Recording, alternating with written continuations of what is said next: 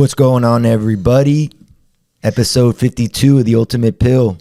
My name's Chris, and I'm with Anthony. I'm coming in hot today. trying something new. Yeah. Getting creative, Let's get straight to it.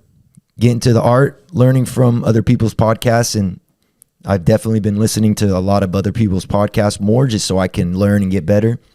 And just want to try something new with episode 52. Yeah, this is 52. Mm-hmm. I'm always down. There's no right way. So you got to find it. Everything good with you? How were the holidays, man? Yeah, it was good. Yeah, we're coming back off Christmas break. Took a little week off for Christmas time. But no, it was good, man. How about yours? Real relaxing. Yeah. Typically, we have family here, and this year was just us. Not saying I don't like having family here, but Yeah. it just adds more variables. No, I get that. So super relaxing, man. Great Christmas. Kids seem happy. I was grateful. I got some good stuff. Was able to get a little creative and built Colleen a bench and some stools Yeah. for her Christmas present to put down there. And she's always wanted a memorial for her father Nice. down on the property. So Yeah. I need to get a plaque and whatever she wants to say on there. So yeah, it was a good little. We haven't recorded in 2 weeks. Yeah. Yeah. It's been a minute. Where's that going to go? So it's that fire pit area that I built. Uh-huh. It's gonna go in there. Oh, okay. Cool. Yeah. Cool. That's cool. So That's I perfect, didn't man. get a chance to show you. I'll show you after the show. Yeah. Cool. That's cool, man. My That's cool. my nephew's coming. We're gonna stay in it together, and 8-year-old. So give him something to do. Excited Yeah. about that. Get his hands dirty. Yep. That's cool, man. Yeah, man. That's good.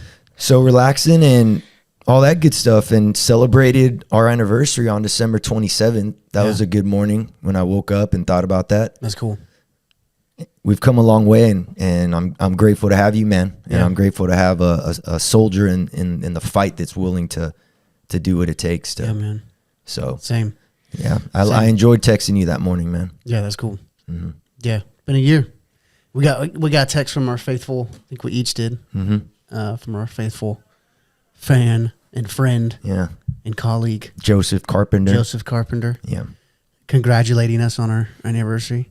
So that was cool because it was like, oh yeah, like it's something to acknowledge between us. But then when other people are like, hey, congrats on doing a year, it made me step back and be like, yeah, that is something to pause and reflect on. absolutely. If you do anything for, consistently for a year, that's good. That's a big deal. I agree 100%, and that's why when I text you the day after Christmas and we were planning on the upcoming week, and I thought as we were going through the conversation, you know what? Let's reflect on this week. Let's not record. Let's take in life. Let's take in experience. Let's be where we're at. Let's marinate on some ideas. Started taking my dog for long walks. I did that for the majority of the break. It was great. Thought a lot on those. So I think it's cool to definitely do what you're saying and reflect. And I'm glad we did that, man. Yeah. And we're going into our second year of doing this. I don't know. I feel more open. Yes. I feel more willing to be myself and express myself more naturally. Not necessarily always caring so much of how this is going to be interpreted, but just expressing what I believe is true for that moment and being more natural. And I feel a lot looser. Finished grad school. That was a huge weight off my shoulders, man. Yeah. Getting that done.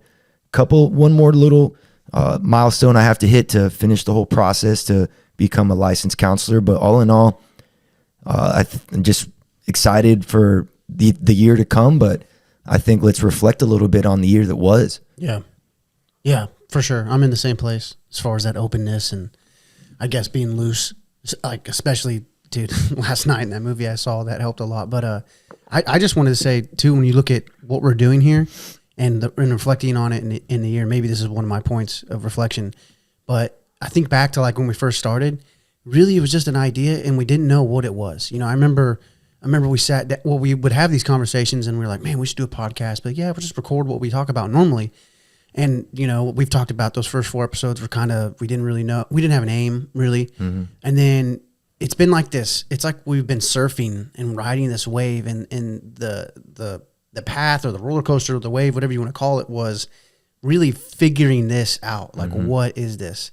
And the point I was going to make to anyone that if you're thinking about starting a podcast or anything kind of creative endeavor, you don't have to have it all figured out before you start. Like, because yes, we're like in a place now. I look back at this year and like that would be the one thing is like openness. If I could put it in a word, is like just opening me wide up. And I think it's done the same to you. But we were always open to an extent to the idea of let's just do it and we'll figure it out as we go. Yeah. And so in some ways that's a commitment to the creative endeavor as a craft. It's like, you don't have to have the whole picture planned out exactly before you start painting. Now, would that help? Yeah.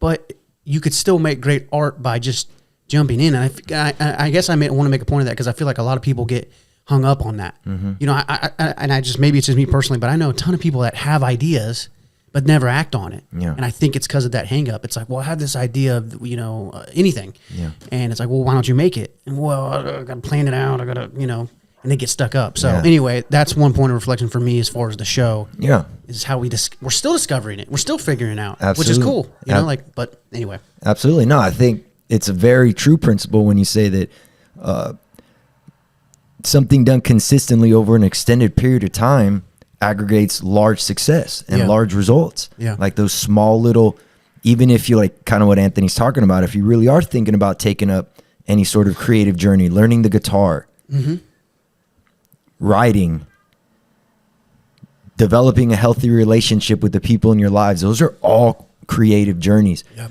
But just start doing one small thing consistently over an extended period of time and then just see what happens. Yep. Like find it that drives you, because I think it's all boils down to the intention, man. Yeah. I think the intention behind anything you're creating and really the intention behind the way you're living is what determines a lot of how things are experienced and how things happen. Yeah. Intention, man. Yeah. That's cool. So I think we've always had good intentions. Yes. Yeah. It's always been very much about being life supportive. That's really what started the show. Yeah, for sure. It's the idea of living above the line. Yeah. Which is being life supportive. If you're below the line, you're being life destructive. Yeah. So yeah, our aim and our intentions were always upward. Yeah, man. So that's good. Yeah. And we're going to get into this show, 3 things that we lessons learned with 2023. But that's one of the big ones is for me is going to be that I can't wait to share is, you know, there's perfection is not a thing. And I finally realized that, dude. Yeah. Actually reading that chapter from the book that you gifted me for graduation and Christmas, which was so appreciated. Thank you so much. Yeah. But the chapter on self-doubt and just understanding like, man, like if your intentions are right, like just ride the wave. Yeah. Yeah. That's what we're doing, riding the wave. And cause the intentions are, you can't control other things other than the intention, man. Yeah. Yeah, is that what stuck out to you? Or attention. Yeah, paying attention in general has been really big with me. Yeah. What are you paying attention to? What about that chapter though? And so, like what else? I don't. Okay, so I'm much more open with other people too because my sensitivity isn't their fault. Right. But my sensitivity is also what allows me to have some of these ideas that really inspire and motivate me, and they come in and I'm like, oh, that makes sense. Oh. If I did that, and I'm kind of like putting these things together in a way that if I told someone this principle or this protocol, like simple and to the point, will it help them develop wherever they're looking to develop? Yeah. So, I don't, long-winded kind of like just excitement of being able to share that is like, I'm no longer like, and dude, it's going to come out in one of the lessons that I read here.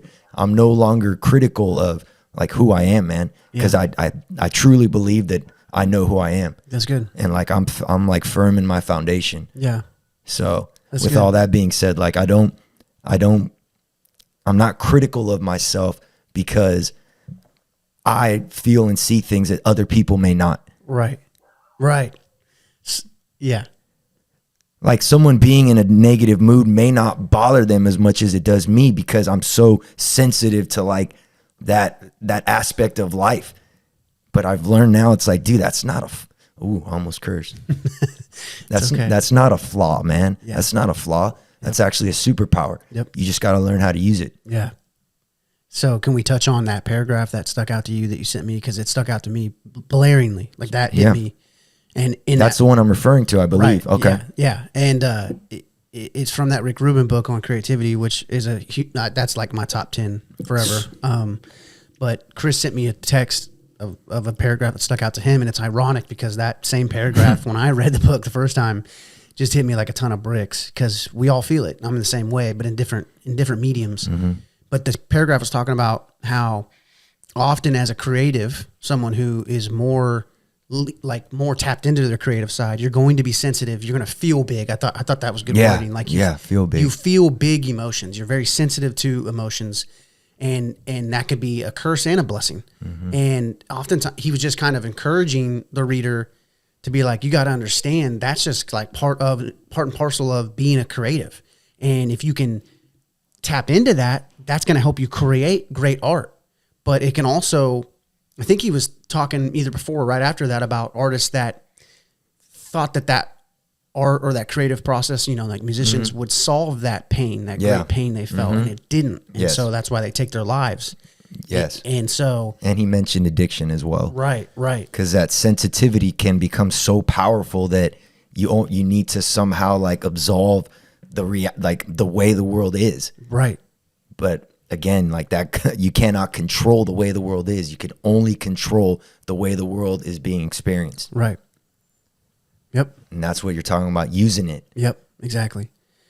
So if you are someone like that maybe you can relate to Chris and I, or you know what we're talking about. You're picking it up about this being able to feel big. I just like calling it that. Like you have these big feelings and you're very sensitive to emotions. Like it's something to be aware of and something to tap in. But I would say, like you said, it is a superpower. Heck yeah. And you can use that and channel that to create really meaningful art that, as long as it's true to who you are and what you're feeling and your intention is right in creating it, I think it would be very impactful. So again, it's a word of encouragement. If you are someone that feels like that, you probably need to start creating. I don't know what, but channel it. Dude, you can start creating right now. Yep.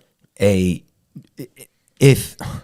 again, if you find yourself in a place where gratitude and peace and joy are common, then continue on that path because you're doing well.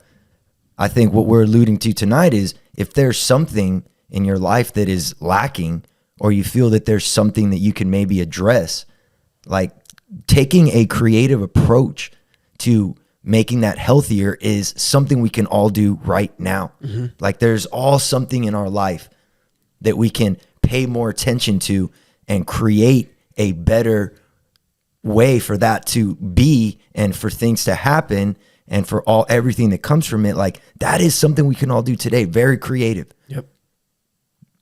That is what creativity is to me now.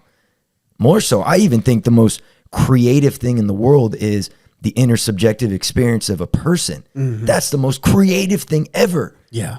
Because you're literally creating the way you experience the world. Right. Because we all have the potential to do that. Yep. And that's something else that I've also understood. Yeah.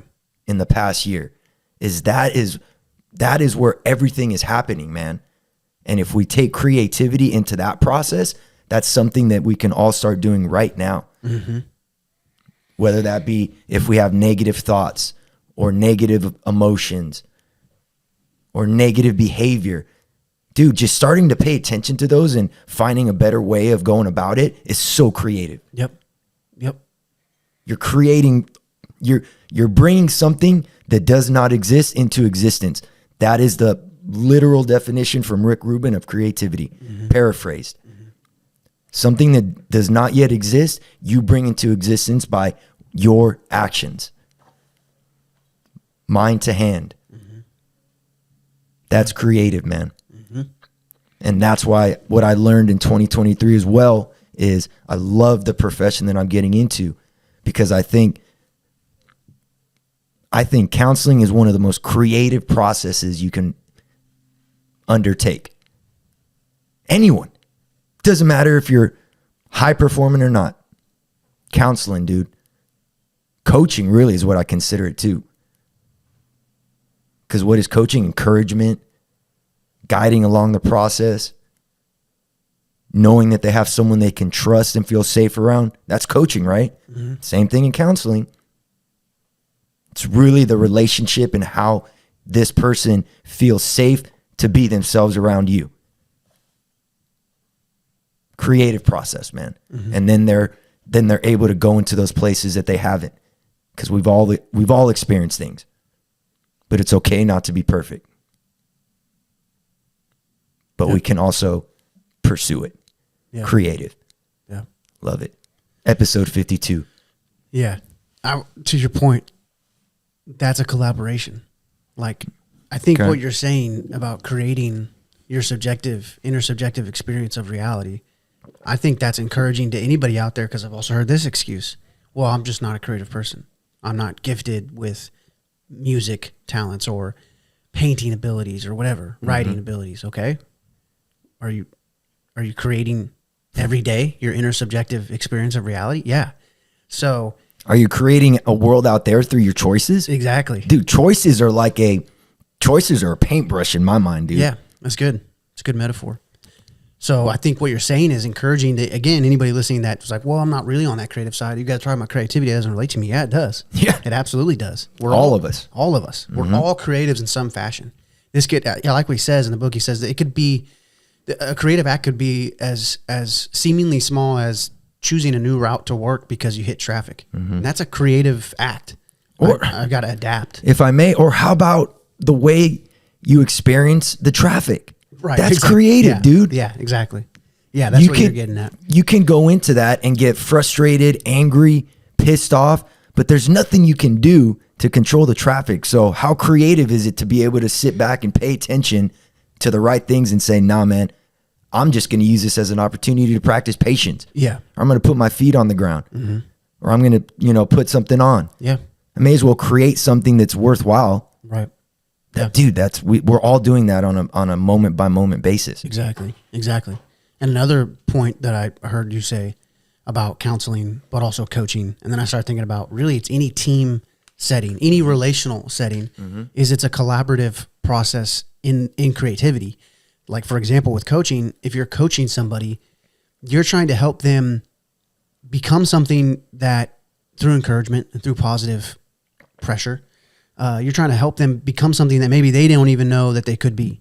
And what's cool about that is it's a collaboration, because it can't just be all you as the coach. They have to have buy-in and creative input into that as well. Absolutely. And so you've got to find that balance within that relationship. I would imagine it's the same thing with counseling. Absolutely. And so then and then if you broaden that image, or widen out, zoom out, it's any relational interaction is a collaborative process in the creative arts, because family members, friendships, what do you want the friendship to be? Well, that's got to be a collaborative process. It's Absolutely. a two-way process. You got the workforce at work, like what are you guys working towards? You create social connection. Mm-hmm. You create that. Yeah. And one of the leading indicators of long-term happiness is positive social connection. Yeah. And healthy relationships. Yep. And that's a creative, collaborative process. So you're spot on, dude. Yeah. That's good. And a point to that I always try to remind myself is that, because I feel like sometimes it's so easy for us to just kind of sit back, and if relationships are on the rocks, failing, we're like, well, this is happening to me. Mm-hmm. And that takes that power away from you. But I guess a kind of a punch in the face, hard pill to swallow reminder is that you're the common denominator in all your failed relationships. And so now you can take that and spin it as a positive. You have more, what we're saying, creative, collaborative power in every aspect of that.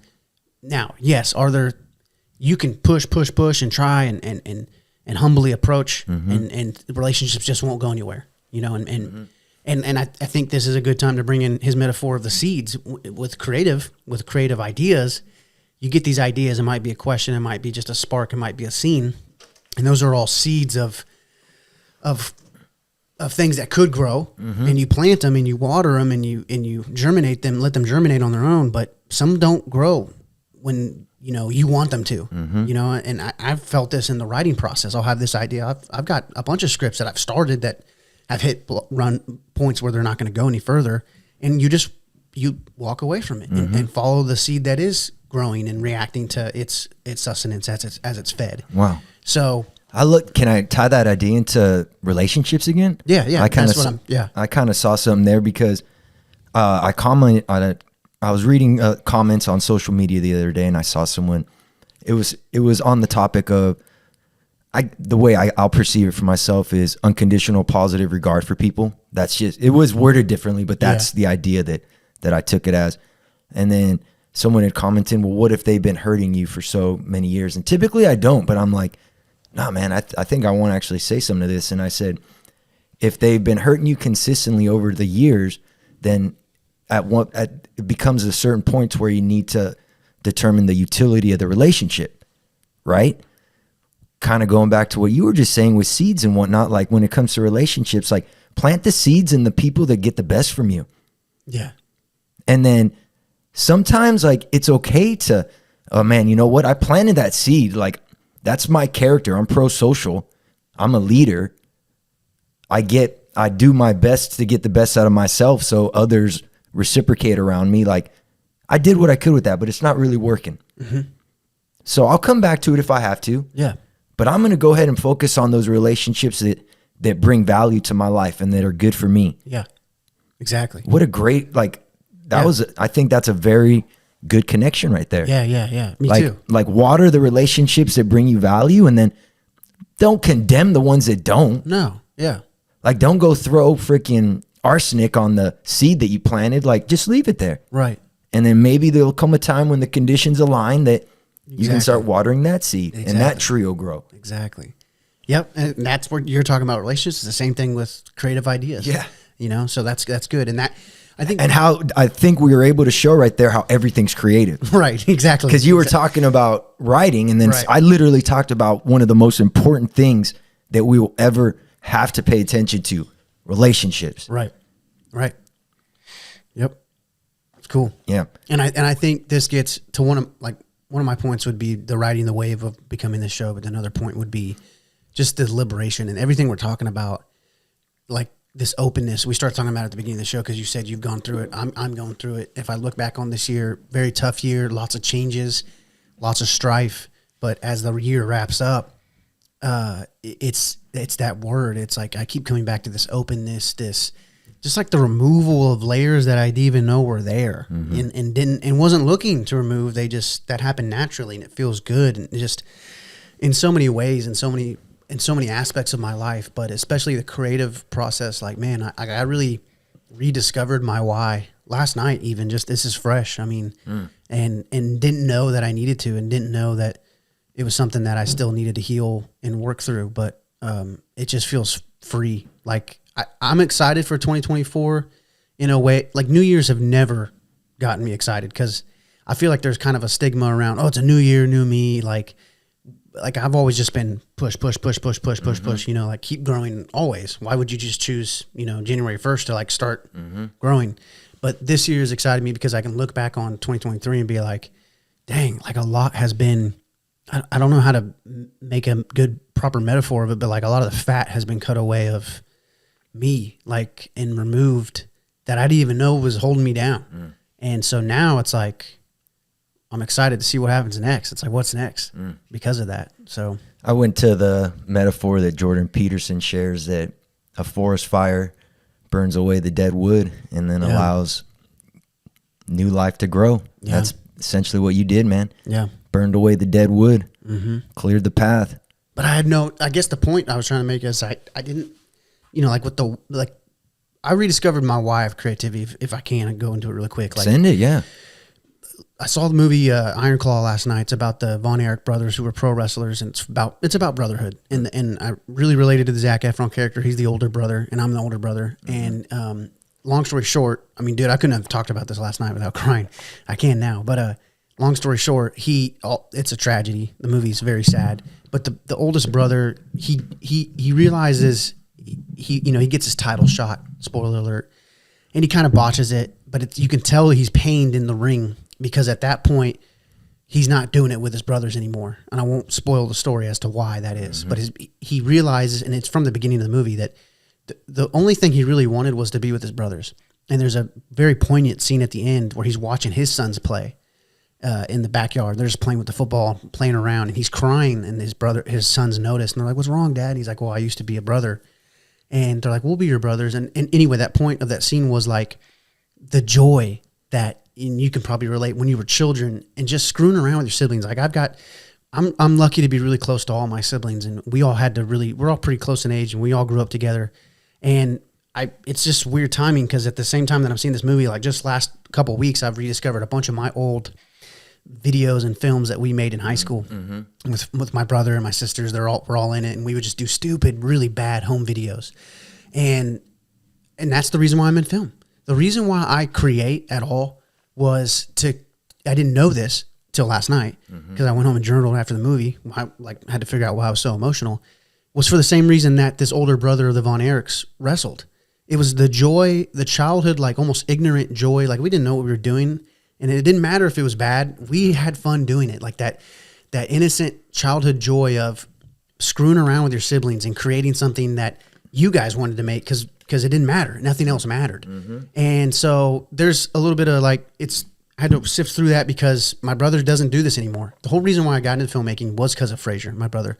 He's the one that was dragging me and my sisters out in the backyard when we were in second grade to like, hey, let's go with a camcorder and like, hey, let's go do this. And what are we doing today? Oh, we're going to make this kind of movie. And like that literally from second grade all the way up to high school, that's what we did. And then in college, Frazier and I it was a tough time, dude. Like he came to me and just was done with it. He was a theater major. He was burned out on theater and acting, and thought that's what he wanted. And that was his dream.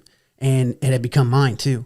And he came to a point in his life where I thought I had accepted it. At the time, I was very angry. But he's just like, look, man, I'm done with the film. I'm done with the acting. I think I want to go into English and become a writer, or like be a professor, which is what he's doing now. He's on that path. But at the time, it was really upsetting, because it was like, in my head, it was like, this is what we're supposed to do together. We're supposed to all be doing this.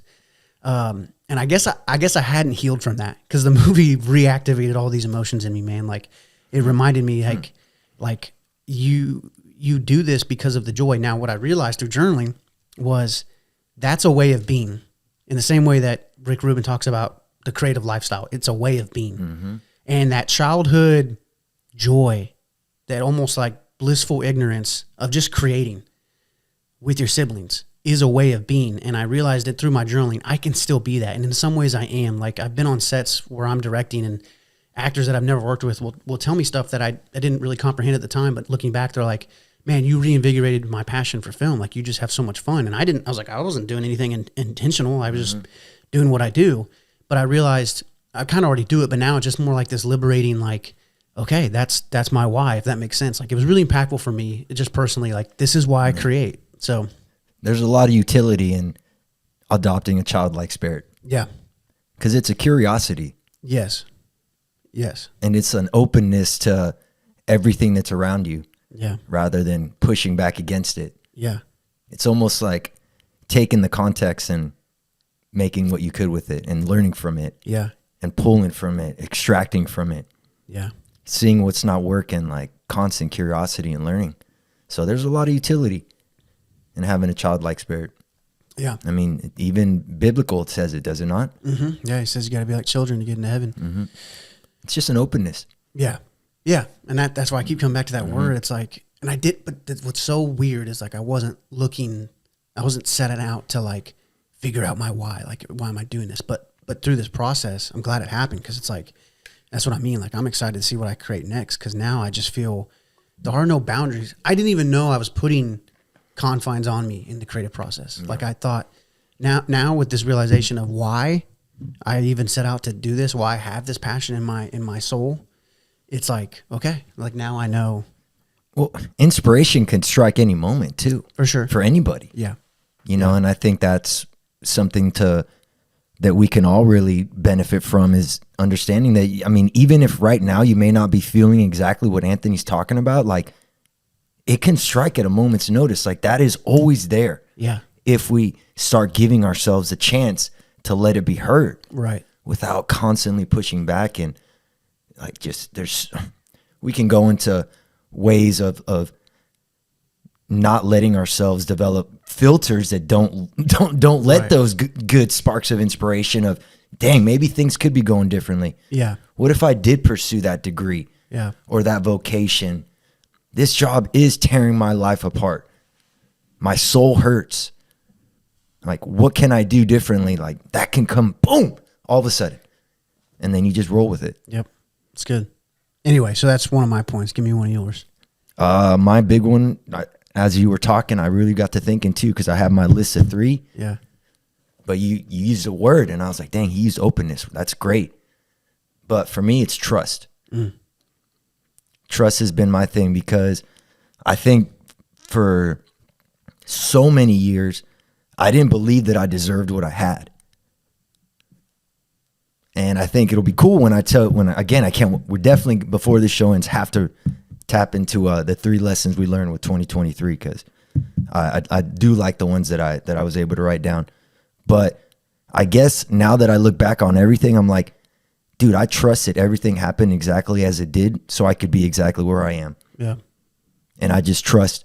And now, like, I'm no longer living like back here in the back of my head, like, boom, like I'm living straight out from my eyes, man. Like I'm looking at the world, and it's such a trust of like, boom, okay, this is what I'm being given. Okay, what do I got to do? Boom. That's like this creative process that we're talking about. Like, it's so powerful, y'all. Like, look out at the world. Don't let the world look back onto you. Like, you look out at it and you do what you got to do to make sure that you're being responsible, developing things, creating positive experiences for yourself and the people around you. Like, look out into the world and try your best to create that. And when things don't work out, the creative process is going back to the drawing board and rethinking the way we're doing things, and then going straight back out and look at the world again and experience it through that lens. So I just trust, man. I just trust life. I just trust that what it's giving me, I've just got to create art from it. Because life is art. Nietzsche said, paraphrase, but what if your life was treated like a work of art? Mm-hmm. So I was like driving to the gym today, man, like just contemplating on where we're going to rip off, just things, ideas, letting open, just trusting what was coming through, because I know what my meaning is. I know what my values are. I know my core beliefs. I feel that I can influence the way I feel, think, and behave. So I'm just open, looking straight out, and I just couldn't wait to tell you that I was outward facing, man. Forward center of mass. There's a Navy SEAL that said, you can either face life on your heels flat-footed or forward center of mass. Mm-hmm. And I'm living forward center of mass now. I'm ready to get out there, man. I knew 2024 was going to be big, but like now I feel like it's just time to make it happen, dude. Because I trust that so long as you keep following it with the right intentions, man, the way it's supposed to happen will. Yeah. And we can influence that. So I trust. It's good. There's utility in trusting that the universe, God, is already providing you everything that you need. It comes back to are you being open to that? And even in tough challenges. Yeah. Just trust there's so many factors that went into that exact experience, that exact moment. So many factors. So just trust that it happened the way it did, mm-hmm. and then do your best to make something valuable of it. Yeah. And valuable means maybe not making it worse than it is. That's valuable. Yeah. Yeah. Being a solution-focused person is so creative, man. For sure. For sure. I like what he says in the book too. We're referencing a lot. It's a very impactful book. He says, stop looking at your life when something bad happens or a challenge pops up, like that's the end. He goes, you don't do that with movies. And like, unless the movie's over, you don't. I got it. Now you really got me thinking, because I did not think about trust like this but even today I was looking back, I'm like, I was seeing how much I can trust myself. Colleen asked me to a little knob, dude, that had fallen off, and there's like a little hole, so you got to kind of get creative, right? And find a way to put a backstop so if the knob snugs in. And it was early, man, early in the morning type thing. hey, this is how I love how honest we are, but this is literally something I did. So I'm comfortable sharing it. But I observed myself. I didn't even like, I literally almost took a seat back and said, let's watch this thing solve this problem real quick.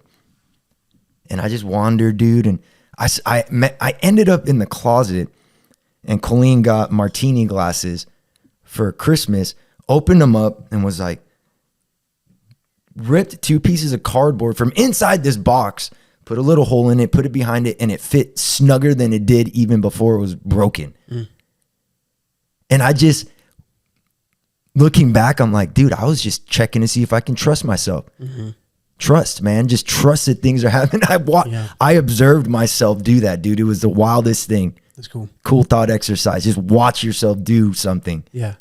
Yeah. Take a seat and just, what's this thing about to do? Yeah. No conscious effort. Just roll with it. Yeah. That's trust. Yeah, for sure. For sure. I don't know, man. I don't know if that aligned well, but I think that was me checking to see if I can trust myself. No, it's a great example of what we're talking about.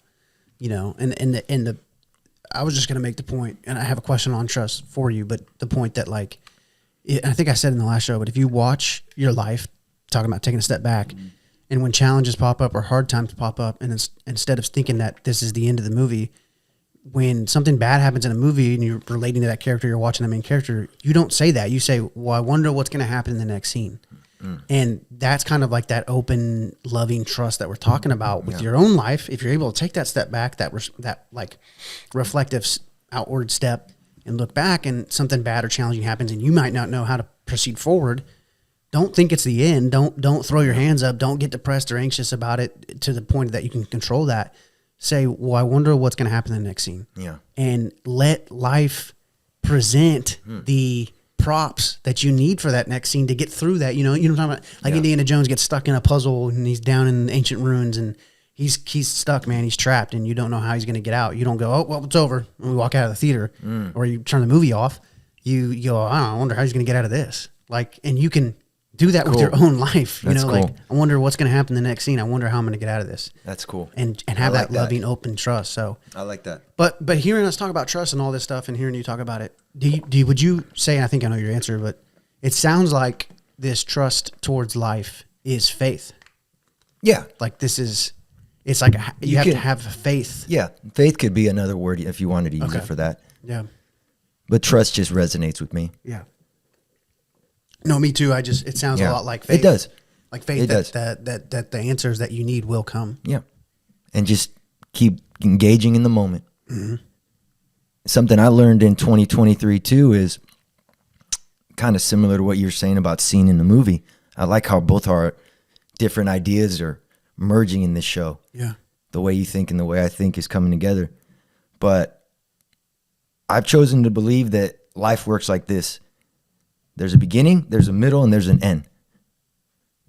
And the beginning and the end are instantaneous. It just happens. Boom, there's the beginning, and then boom, there's the end. And everything happens in the middle. But what I've chosen to adopt is the middle doesn't get any closer to the end or the beginning. The middle just is present here, creating a life. So that keeps me very motivated, and I'm really taking that idea, even thinking about it like going into my older years of life. I'm not getting any closer to the end. I'm still right in the middle. And there's things that need to be done. So there's always another scene. There's always another middle. I'm not getting closer to the end or any closer to the beginning. I'm right here where I am, open to the ideas that come from both. So there's always something more. If the next scene is coming, live in the middle. Not leaning left or leaning right. Be firm. Living in the middle, moving forward. You know what I'm saying? Yeah. It's like, I think like if it's a graph, right? It's like there'll be a line, beginning, middle, end, and then like a forward line that way though. You got to live in the middle forward. Yeah. Not running to the end or running back to the beginning. Yeah. That's anxiety and depression probably. You got to be where you're at moving forward. It's good. I think it's Trust, a man. good way to look at it. Yeah. I think that's a good analogy and a good metaphor for how to look at it and to be in a place of balance. That sounds like the Wu way, the middle way, you know? And I think that, you know, like that's, yeah, I just can see how there'd be so many problems when people are leaning one way or the other with that. Yeah. You know, stuck in the past or stuck in the future, constantly thinking about what's to come or what was. Yeah. And like you're saying, all we can do is live in this moment, this scene. And I love that because one of the first books I wrote was called Every Day is a Scene. And talking about that, how like, bro, like just understand that there's a narrative to your life. You know, we're all part of this big, giant saga, and you have a part to play. And what's cool is no one gave you the script before you started playing it. It's like you're thrown up on stage, and it's like, here you go, here's your character. I'm Anthony. I'm playing Anthony. Well, what do I do in the next scene? I don't know. Let's find out. It's like the greatest improvisation. We're all improvisational actors. And what's weird, I don't know if we can blow this up, but one of the rules of improvisation is you never say no. Because like if we're improving and it's like, hey, I walk in, I'm like, hey, Chris, you know, do you want to take out the trash? And we're doing an improv scene. You can't say no because then the scene doesn't go anywhere. You always have to have like you have to say yes or in a question or, you know what I'm saying? Like that's one of the rules of improv is you don't say no. And I don't think it's like sometimes like, yeah, in life you'll have to say no, but I think what you're referring to with that is that's trust and openness. Yes, exactly. Yeah. You just got to trust and be open to, rather than pushing this scene away and ending everything and all right, who's next? Like, no, it's like roll. You got to roll with it. Yeah, exactly. Just roll with reality. Yep. Yeah. That's like I text you with yesterday. Exactly. Yeah. That's what we were talking about before we started. Just roll with reality, man. Yeah, that's good. That's good. What's another point? Oh man. Actually, I'll just go to the first one. I think we touched on this. I wrote, what are 3 lessons learned with 2023? The first one I put is, it is okay to not be perfect. Yeah. And I think we kind of ripped that apart. Yeah, but with trust. Okay. I think that's what trust is, what I was alluding to. Like, I just trusted things have happened the way they did. I trusted things are the way they are, but I also trust that I could influence what's to come. Yeah. Because I'm present moving forward. You know what I'm saying? Yeah. But can I be honest as a friend? Mm-hmm. I'm not surprised that was one of your points. And I'm glad to hear that you're like learning through that and growing through that. But do you think, I want to know, was your battle with perfectionism solely internal? Was it external or a mix of both? Because I feel like I kind of have an idea for you based on. Oh, I don't think it was perfectionism because I think a perfectionist is like very focused on their work and the results and the grades that they're getting. Like I never had that. So I think it really boiled down to just heavy self-doubt, man. Yeah. And the idea of it is okay not to be perfect is really spawned too from attention now. Like, even though we're not perfect, right? If we're paying attention to those areas in our life that we feel can benefit from, shall we say, a better model of interacting with, just the fact that we're paying attention to it. So not to overcomplicate it, boiling down to the basics. If there's something not perfect in your life and it pisses you off sometimes, the fact that you're paying attention to it and willing to make it better is good enough. Yeah. Because nothing changes overnight, but continuous effort over a long period of time will reap results. So just paying attention. Oh, I slipped there. Let me do again what I learned. And keep going, keep going. That's life. That's reality. That's rolling with the wave. That's rolling with reality. That's just going with it. And rather than picking yourself apart about all these things that you could be doing better, just pay attention and try next time. That's good enough sometimes, man. Yeah. I think that's a very healthy way to live in 2023. Yeah. It's good. It's good. Attention. I'm so big on attention right now. Yeah. So as long as you're paying attention to it, it's okay that you're not perfect. Yep. But you can always strive for it. It's good. Yeah. Number 2, for me, should I read it? Yeah. Yeah. You sure? Yeah. Episode 52. Love it, man. This is having a blast. Number 2 for me, what lessons I learned with 2023, positive experience has to be earned. So that goes back to that this creative idea that we're talking about, and like approaching life as a creative journey is going to take a lot of effort. That positive experience that we're trying to create has to be earned. It's not going to be given to you. So even when things are not exactly as they should be, making it more positive is our responsibility, is my responsibility. It has to be earned. Someone's in a bad place, they got a problem. For this to be a positive experience for me, it has to be earned. It's not going to be given to me. So I think for number 2 in me, it's just responsibility, man. Like, even though I've let go of a lot of stuff, man, it's no longer there. All I got to do is move forward and be responsible with the conditions in my life. So for me, positive experience has to be earned. Does that hit you with anything? Yeah, no, I agree. I think for me, just personally, again, all I can say is that's the one I was going to say you would have liked, by the way. Oh, gotcha. What we were talking about before. Yeah. I guess where I'm at now, and again, this is just a reflection of me, it's not a reflection of your ideas, is that I would say it has to be discovered. Because that's the way I look at it. Like with your example of a relationship, if it is on the rocks, and again, this gets back to approaching it with a creative state of being. I've got to discover solutions, and so it's really just, we're talking about verbiage here, but because it is earned, you have to earn that. And it's a process, right? Right. It is a process of identification, yeah, understanding, yeah, practicality, application. It's a process. Yeah, for sure.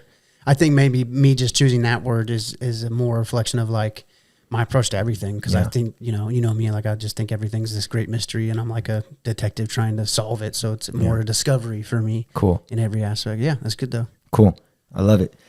And number 3, things I learned. I wrote this out this morning. I remember writing this one, and I was like, I do like this one, because number 3 for me is your life is worth it. And that's to everybody. That's everybody. That's every person. Like, your life is worth it. Now I put it in quotations because we need to find what it is that makes it worth it. Yeah. And that's a very creative process. Yeah. It's good. And I love that we're viewing everything as a creative process, because what that means, like you say, mind to hand, you have way more autonomy in that than you think. You have Absolutely. Way more say. I'm writing a book about it. Yeah. That's good. But yeah, I absolutely agree that your life is worth it. We got to go figure out what it is. You can have a myriad of approaches to doing that. For me, it's looking at life like a narrative. And this is a story, and I'm trying to figure out scene to scene what's the story being told. Because I do believe if you're not approaching it in that creative, responsible way, you could walk yourself right into a tragedy and not know it. Absolutely. You can the road to hell is paved with good intentions all the way down. You can be walking that path if you're just like a zombie floating through life. You gotta have something to pay attention to, man. For sure. You have to. For sure. Yeah, that's good. Have to. Those are good points, man. Yeah, I think in 2024, I'm going to continue working really hard at finding a balance between enjoying life and improving life. And as I undergo that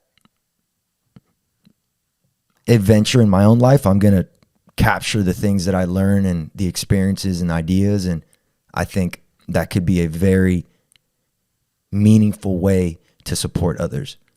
Like, if we can find a balance between enjoying life and improving life, like you were talking about, like those automatic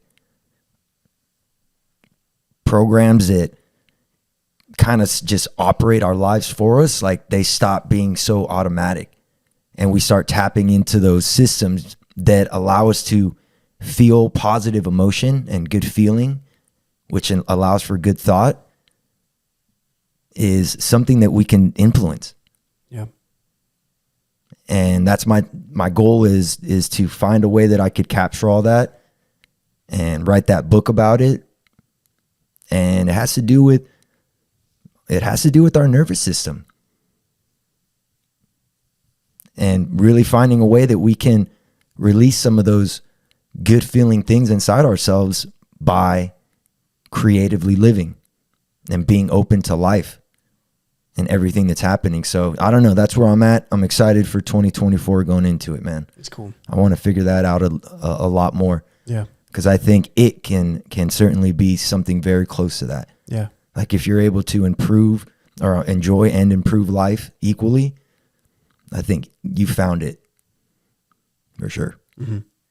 I'm realizing it's cool. You're a clinical conscious. You're like a technician because you're focused on the hardware. Because what you mentioning the nervous system, I was like, well, yeah, it makes sense because that's the hardware. Yeah, that's the hardware, and it's like I'm a software guy. Well, it's like unconscious, conscious for me, man. Meaning, value, and belief is unconscious. Like those need to be wired in. Yeah. That even the metaphor you just said wired.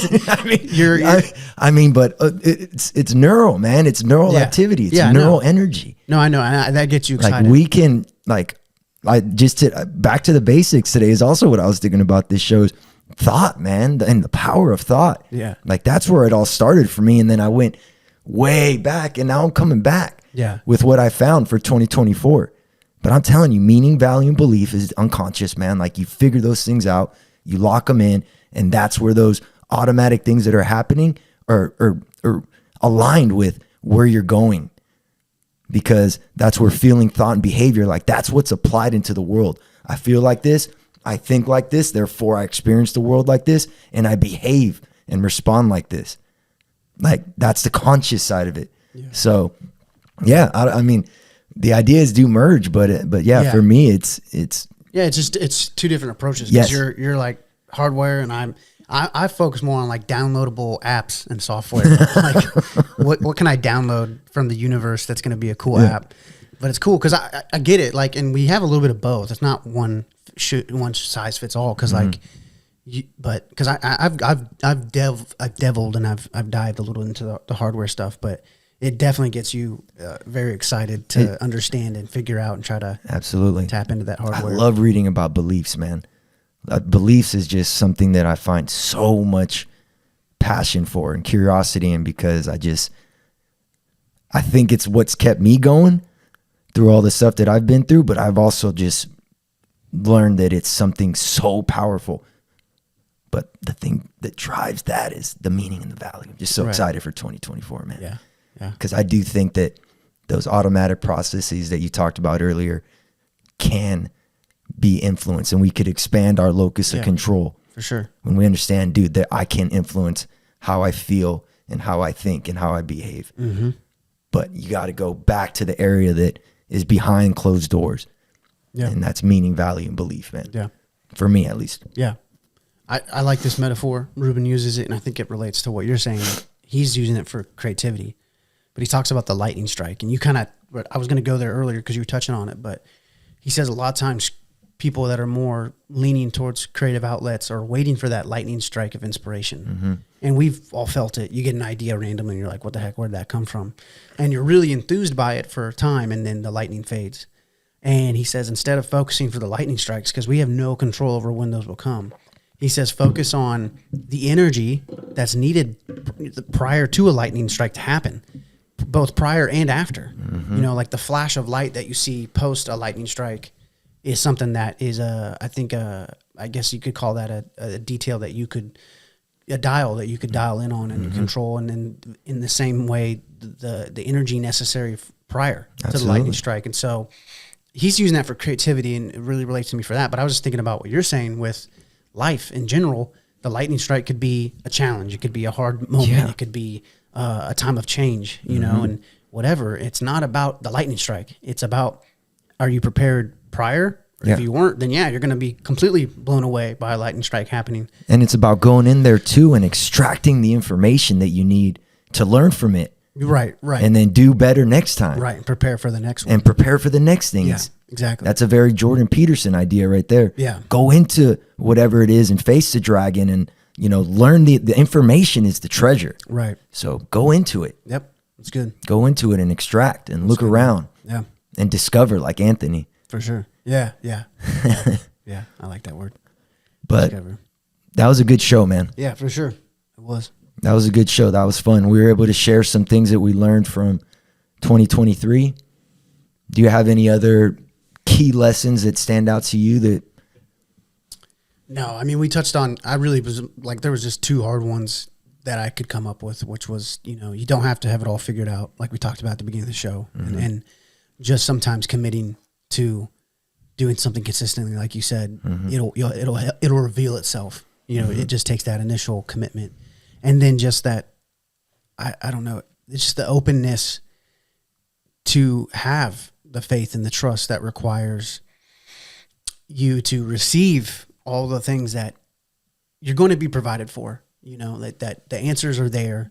And just this, just the melting away of things I didn't even know that were confinements. I guess the point I would make with that is a point of encouragement to just start to maybe even think about, or just be conscientious, or ask yourself and then leave it, what things, what beliefs, what emotions, what reasons why I do what I do, what whys that I live by are confining me and holding me back. Cause I wasn't doing that and they still hit me in the face and I was able to work through them. It'd be interesting to see what someone comes to if they did that intentionally. Yeah. But I'm glad it happened for me, but it's, I think you found a really powerful meaning. Yeah, for sure. For sure. And it's like weird because it was always there. It's just now that I identified it, I feel like I'm able to tap into it more. And it took being open and just letting go of like, I know I'm being vague here and abstract, but like the puzzle was put together. Yeah. And like the missing piece was always right on the table. It's just like, I had these like beliefs and self-doubts and paying attention to the wrong stuff. Right. Yeah. And it like clouded the last piece that I needed. And it's like, oh wait, that piece was always there. That piece goes right here. How many times have we all experienced, oh, there it is. Yeah, exactly. Right in front of my face the whole time. And it just took looking at something in a different way. I mean, almost every challenging problem is like that. I feel like sometimes it becomes one thing that I hate math. My mom's a math teacher and I hated math. And one thing she taught me, because she'd always help me with my homework and I get so frustrated. It's like, I hate this. It's so stupid. There's no practicality to reality. I'm not going to be an engineer, whatever. And she's like, look, what is practical about it is you're learning how to problem solve. She always said that. She's like, don't worry about the numbers and the formulas and stuff. What it's teaching you is how to look at a problem, look at the variables that you have and figure out how to solve that problem. And I was like, okay, that's cool. I was able to approach math and math problems instead of in a frustrating manner. It was like, this has helped me practice how to problem solve, and problems are going to come up. And if I'm good at problem solving, I'll be good at test taking. I'll be good at school. I'll be good at life. So that's kind of. It was meaningful for you. Yeah. Which made you value it. Yep. Which made you believe that it was important. How'd you feel after that? I felt freeing. What was your thoughts like? It was more encouraging. What were your thoughts like?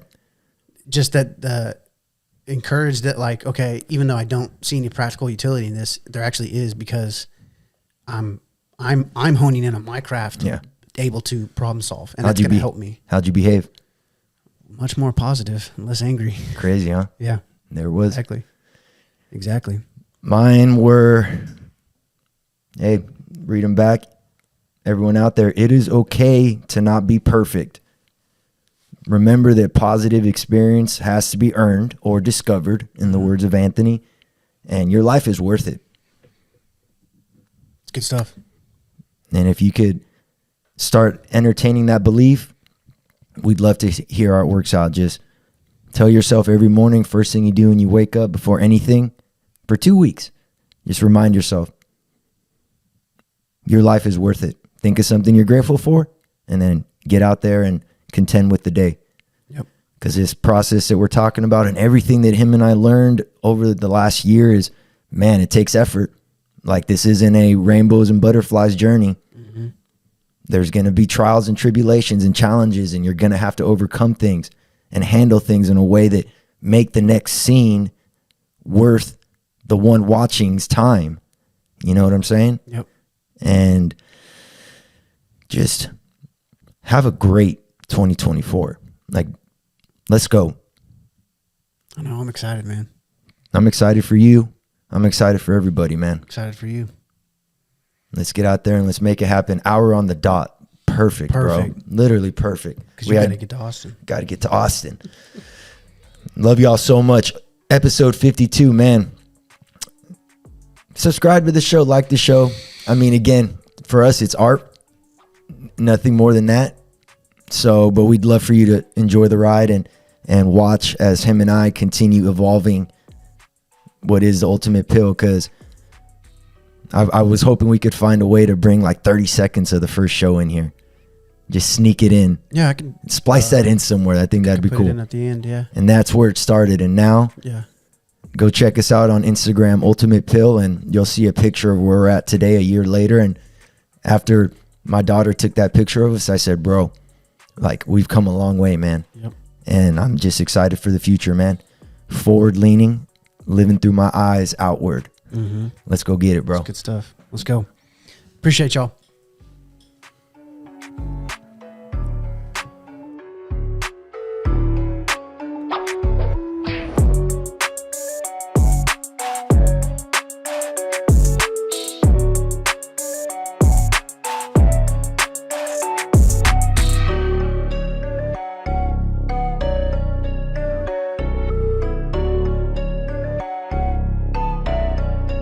MTCB.